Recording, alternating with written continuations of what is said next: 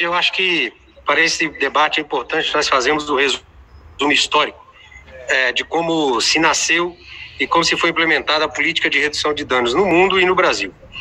A política de redução de danos teve a sua origem em 1926 na Inglaterra, com a publicação do relatório de Rollinson, a partir do qual se indicava a prescrição médica para dependentes químicos de heroína como forma de prevalecer os benefícios dessa administração frente aos potenciais riscos da síndrome da abstinência.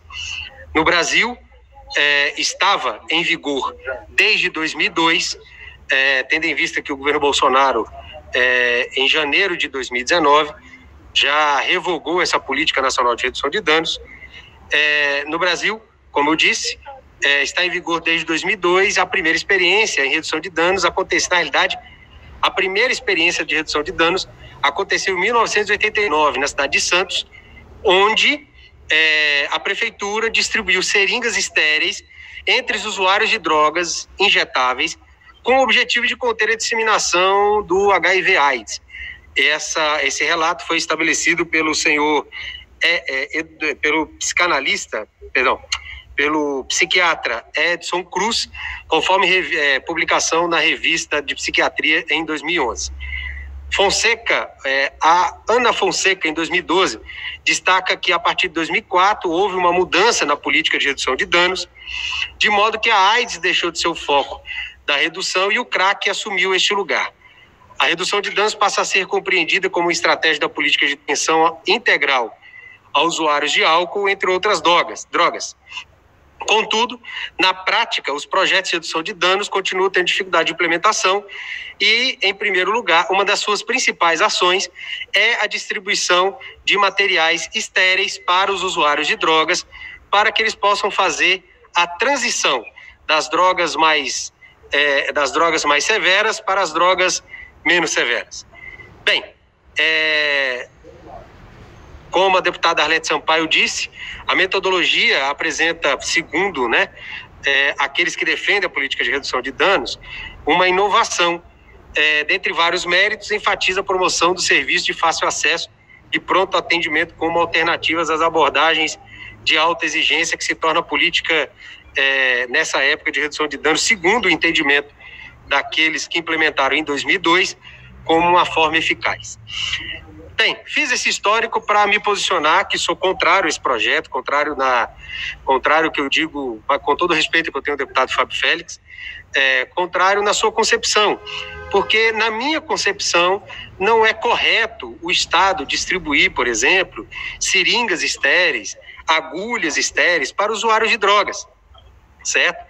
Na minha concepção, como se foi feito na Política Nacional de Redução de Danos, não é correto, por exemplo, em que os espaços públicos deveriam, não é ser obrigados, mas deveriam ter um espaço para que esses usuários de drogas pudessem usar drogas menos agressivas, como foi colocado.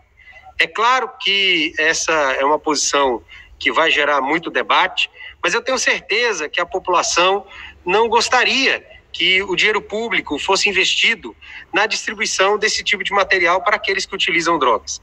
Eu, particularmente, defendo, sim, a atuação das casas terapêuticas, porque nós temos diversas pessoas que passaram por essas comunidades terapêuticas e tiveram o seu tratamento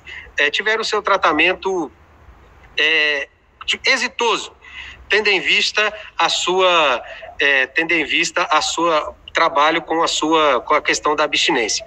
Nós temos aqui em Brasília uma comunidade terapêutica que é em Planaltina, de um pastor renomado, que inclusive tem muito respeito pelo Conselho de Combate às Drogas do Distrito Federal, o pastor Ramalho, que faz um trabalho excepcional, certo? Sem aplicar a política de redução de danos. Então, eu acredito que no momento em que nós estamos vivendo, não seria conveniente nós votarmos um projeto que estabelece uma diretriz de uma política que já foi implementada em 2002, era severamente criticada no Congresso Nacional, era severamente criticada em algumas assembleias legislativas.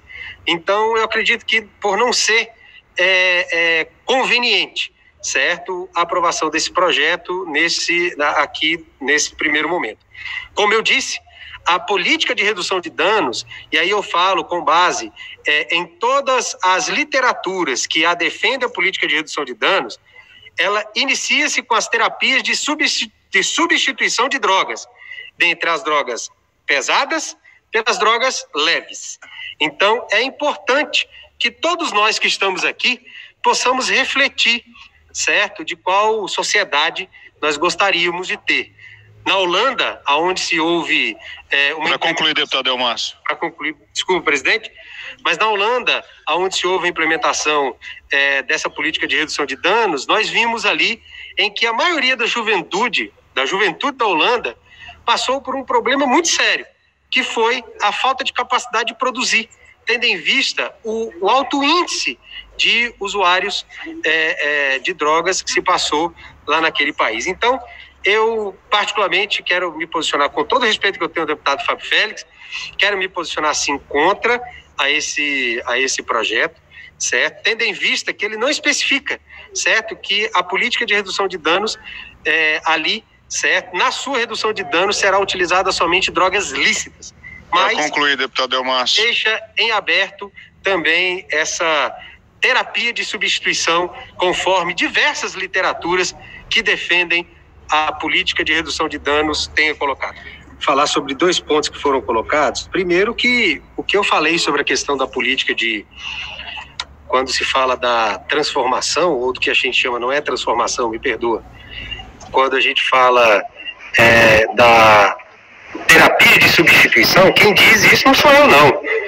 Quem está falando isso são literaturas defendidas usadas por psicanalistas que defendem a implantação da política de redução de danos.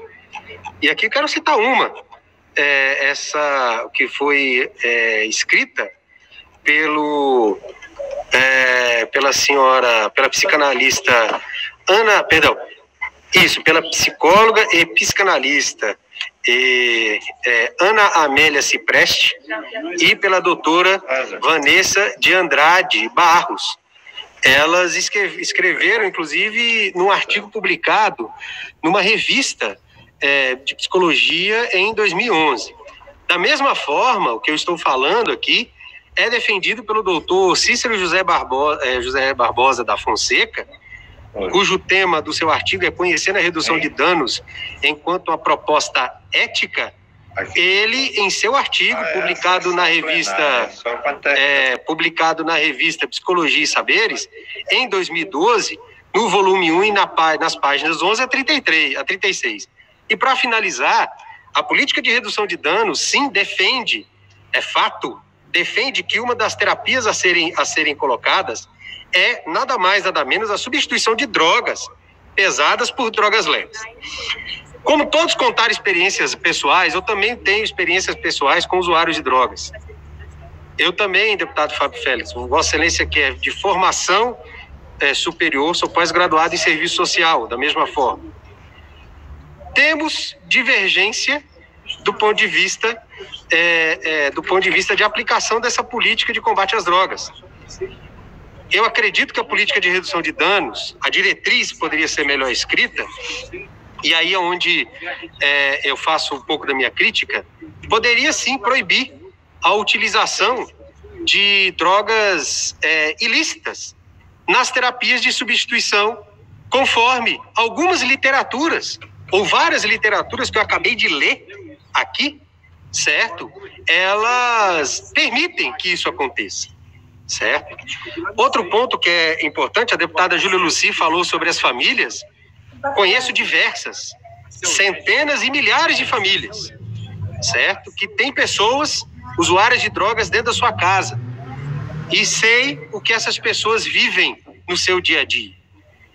E tenho certeza que, claro, quando nós falamos de redução de danos, existem drogas lícitas que podem ser usadas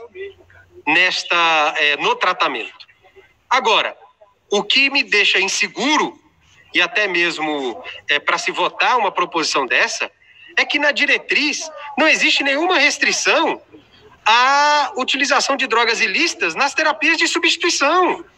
Deputada Arlete Sampaio, Vossa Excelência é médica e sabe que eu estou lhe dizendo é defendida em literaturas que, inclusive, foram aplicadas em alguns países.